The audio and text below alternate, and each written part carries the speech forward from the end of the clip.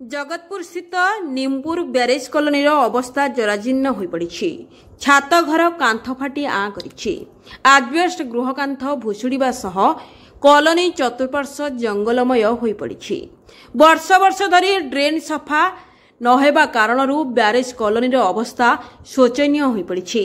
सूचना अनुसार महानदी ब्यारेज निर्माण समय कर्मचारी रहिबा निमंते 1982 मसीह प्राय 222 गृह निर्माण करा कॉलोनी रक्षणाबेक्षण निमंते जड़े एसटीओ एवं 3 जन कनिष्ठ जंत्री समेत अन्य कर्मचारी महानदी ब्यारेज डिविजन पक्षर नियुक्ति प्रदान करा कॉलोनी विभिन्न समस्यार समाधान निमंते जंत्री दायित्व दिया कॉलोनी रक्षणाबेक्षण निमंते ब्यारेज डिविजन पक्षर प्रतिवर्ष लक्षाधिक अर्थ खर्च करा जाउथबा कागजपत्र दर्शा जाइछि। किंतु कॉलोनी छात गृह बड़ बड़ बरगछ मान उठी अनेक गृह कांथ फाटिबा सह अनेक आजबेस्ट कांथ भांगी भुशुड़ी पड़िथिबा देखिबाकु मिलिछि।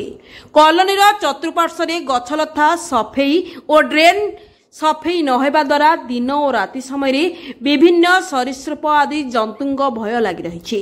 जदि कौनसी सरीसृप जंतुंग द्वारा कॉलोनीवासी अघटन घटे एवं ब्यारेज डिविजन पक्षर अंचल भाव घोषणा करा जाइथिबा कॉलोनी आजबेस्ट गृहगुड़िक रहुथबा कर्मचारी मानकर धनजीवन हानि हुए सेथिपई किए दायी रहिबो बोली बुद्धिजीवी महलरे प्रश्नवाची सृष्टि करिछि। ए कॉलोनी प्रति तुरंत दृष्टि दिया न गले आगामी दिन में धनजीवन हानि आशंका को एड़ाई दिया जाई न पारे। Bureau report Odra news Odia.